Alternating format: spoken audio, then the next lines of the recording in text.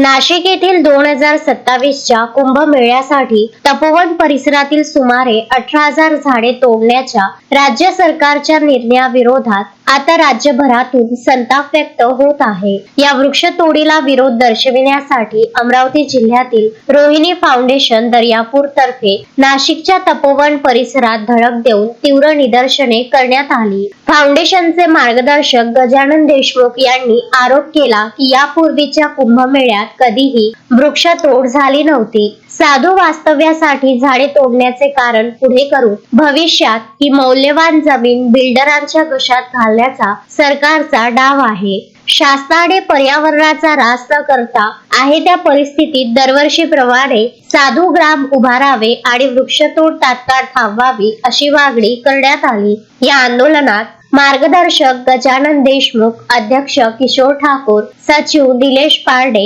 सहसचिव अमोल कंटाळे, सोमेश्वर वेलकर आणि पत्रकार प्रभुदास इकडे यांच्यासह नाशिक मधील सामाजिक कार्यकर्ते मोठ्या संख्येने उपस्थित होते। गजानन देशमुख, विदर्भ न्यूज, दर्यापूर।